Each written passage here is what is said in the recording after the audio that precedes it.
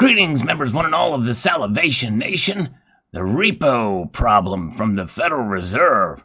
What is that? We'll explore that. We'll see what the implications of what the repo injection is. And is this a foretaste of what we've seen in the past and what is to come? We'll explore that and much more.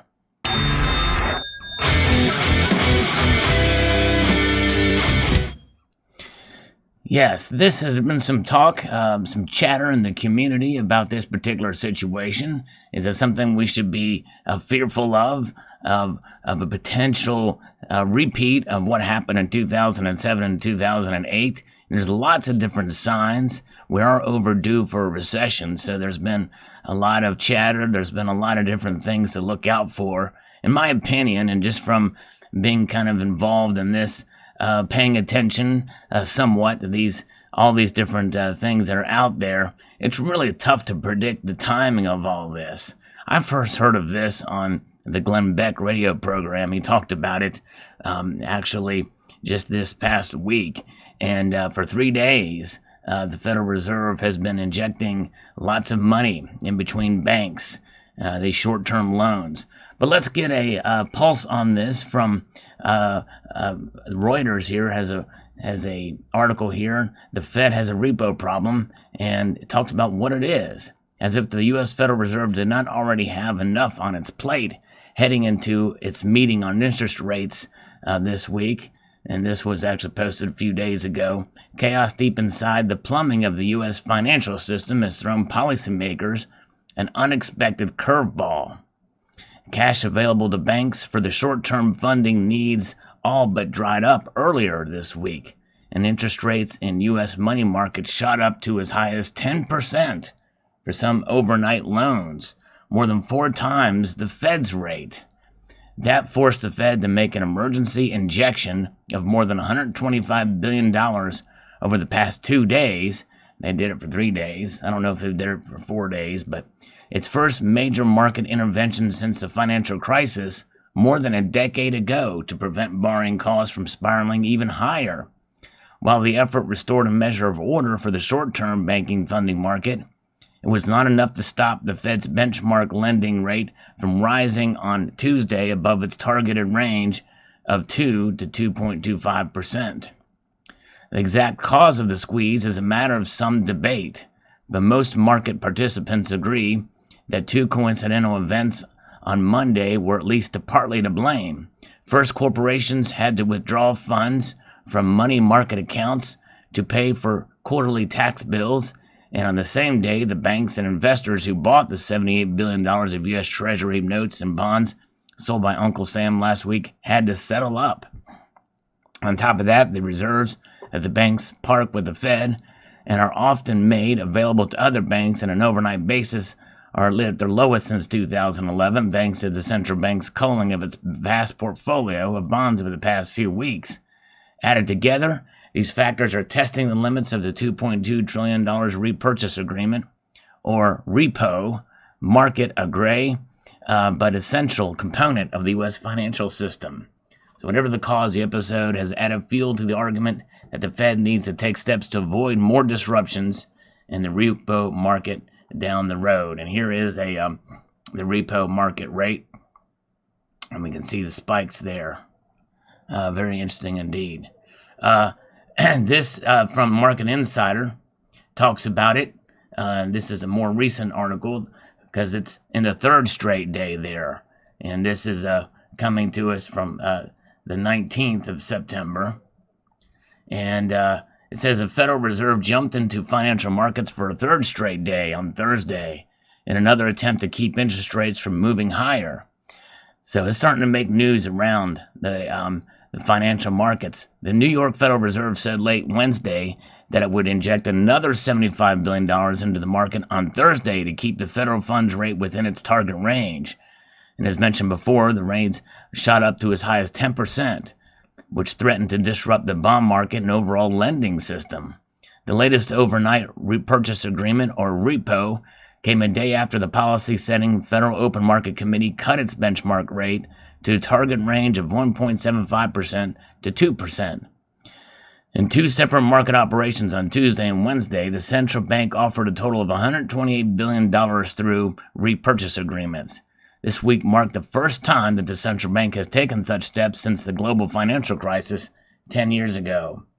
There remains a debate about the exact reason the amount of cash that the banks have on hand for short-term funding rates dried up early this week, but the shortage came after businesses had to pay quarterly tax bills at the same time that the Treasury issued billions in new bonds.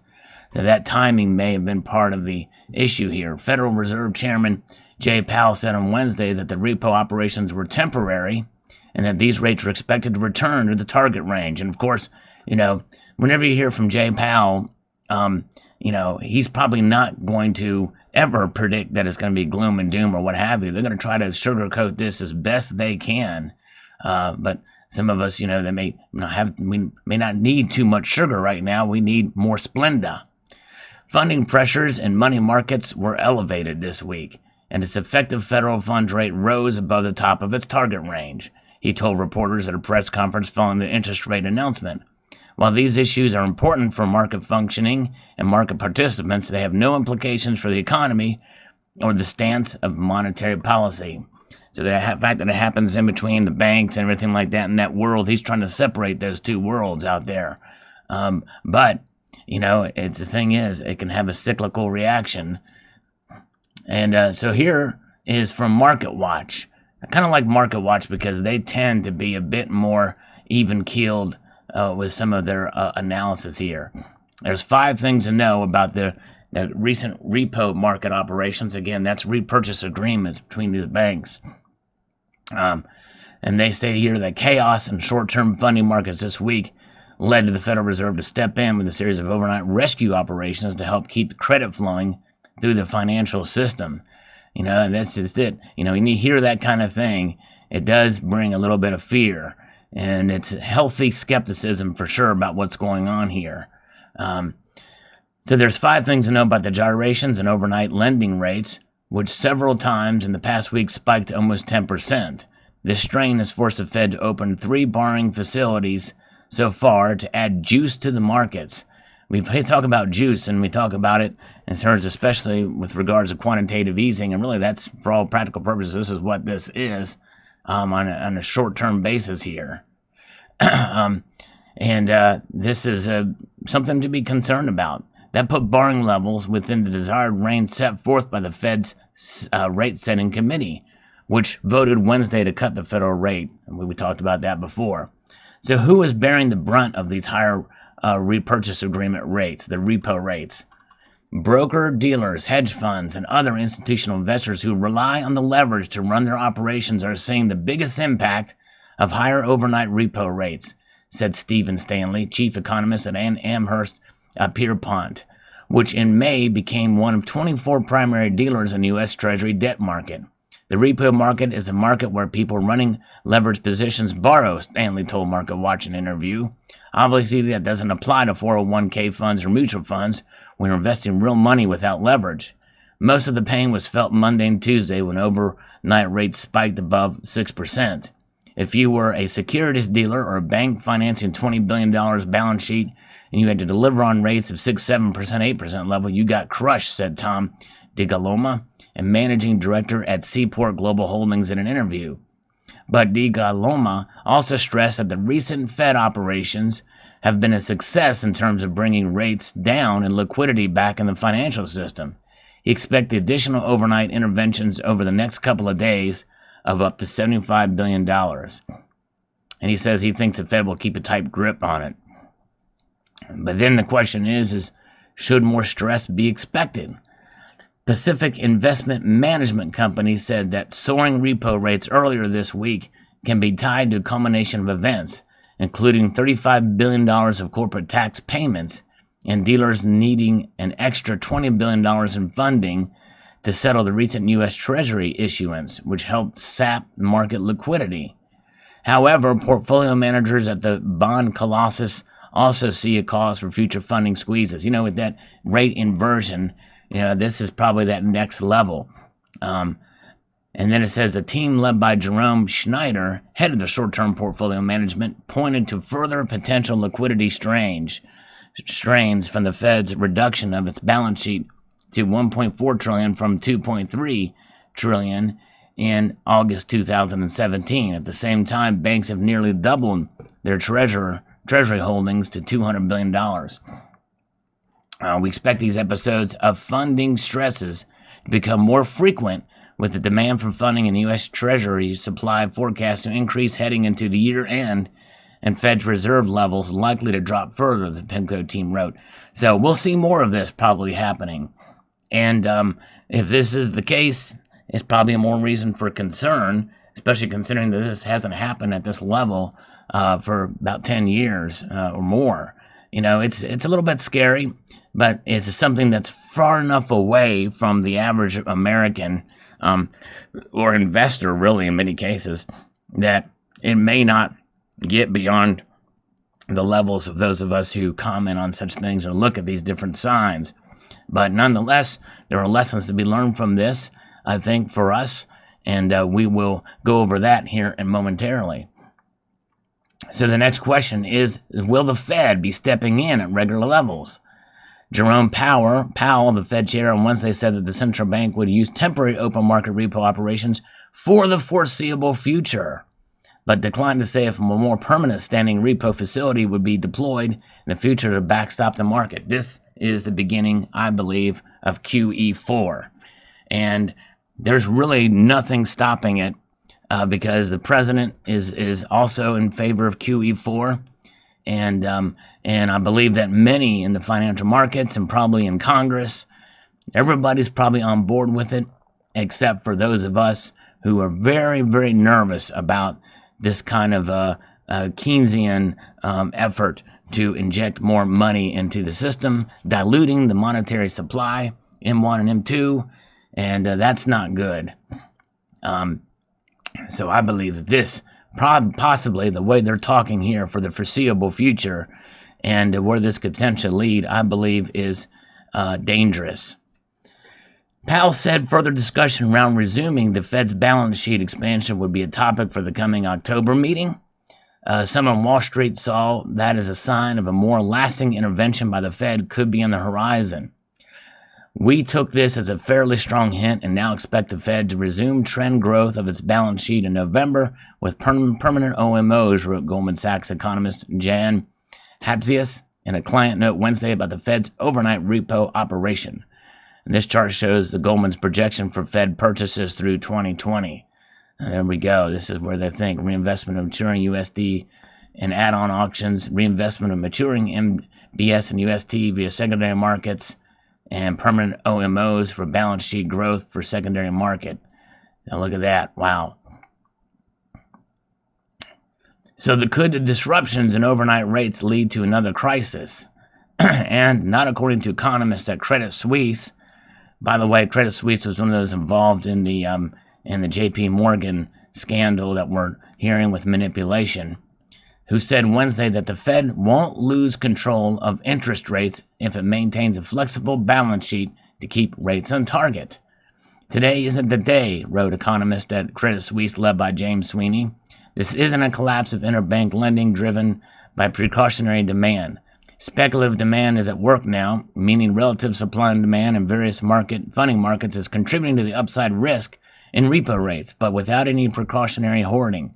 Now, when somebody comes to me and say today isn't the day of a collapse or a problem, to me that interprets it, well, we just skirted that one. We just came in, we flew by the skin of our teeth. But what does tomorrow bring? To me, it's a forecast of what could come. And I'm not a doom and gloomer. As many of you know, I believe, and even as such, I believe in the resiliency of our economy based off of the last bastion of the free market system that we have in this country. That is what's going to pull us through. The less government intervention and the more that is reliant on the free enterprise of our country, especially, which, and I believe what makes America exceptional. If we let the private sector be at work, I believe that is what's going to save us in the end. So the next question here is, has the Fed used repo operations in the past? Before the financial crisis, the Fed did daily repo operations. There was also a book of term repos. The Fed will now likely err on the side of caution and keep offering repo operations to the primary dealers, wrote UBS economist led by Seth Carpenter in a Wednesday note. In fact, the Fed has regularly said that they want to leave enough reserves for market functioning and then a buffer to avoid these sort of swings. So there is the kind of the hope. This is the basically in the end of this whole scenario. Market Watch is telling us here, or at least this UBS economist, saying this is happening inside of the banks, not to panic, and the Fed is going to, on a regular basis, have this money set aside to inject in cases like this that happen. It may not necessarily mean that it's going to lead to any greater thing, but the problem with that is that we haven't seen this, as Glenn Beck pointed out, on his show, which is where I first heard of this. But I wanted to do more research on it because I didn't want to just take Glenn Beck's point of view, because Glenn Beck has been known many times to predict doom and gloom, and he himself has admitted that these signs and the like don't necessarily match up with his timing. He's good at predicting where the problem is and how it's going to happen, but not the timing of it. And I do believe there's some merit there.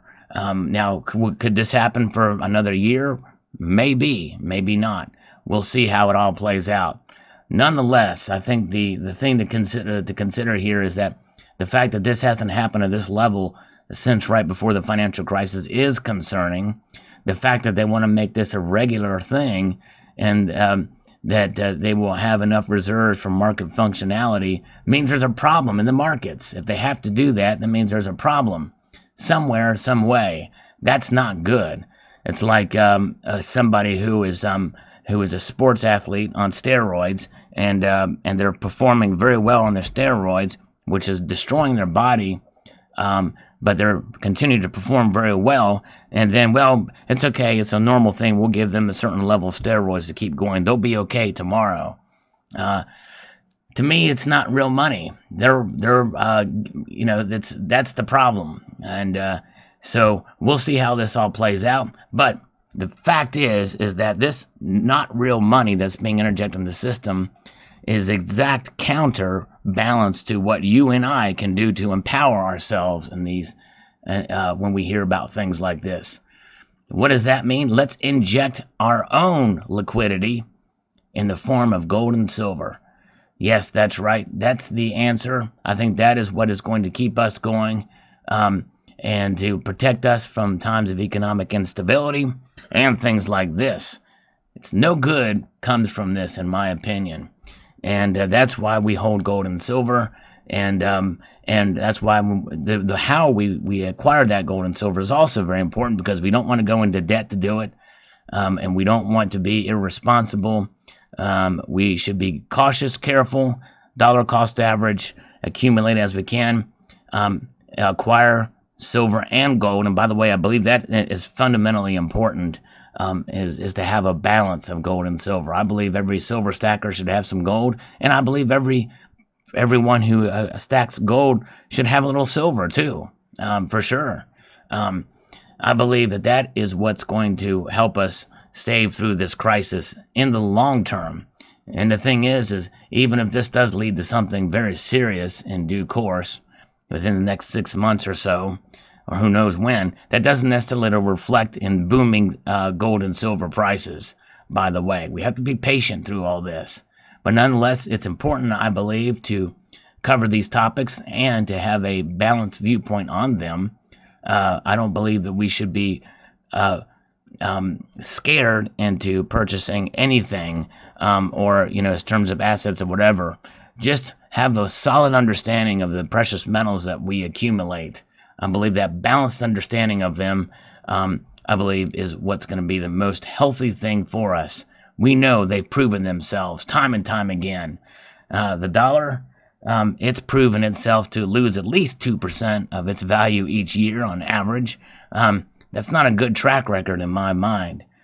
Silver has a tendency to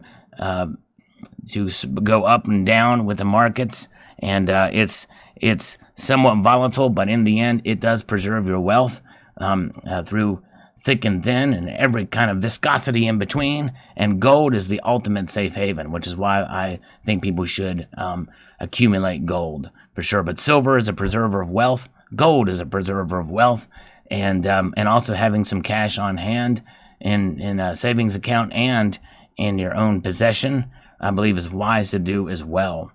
So there you have it. Post your thoughts below. Would like to extend a multitude of gratitude to you all for watching, and anything you want to add about this repo operation here. Will it lead to QE4? I don't know. I fear that it could. I'd like to extend a multitude of gratitude to you all for watching, and encourage you to please rate, share, comment, and subscribe.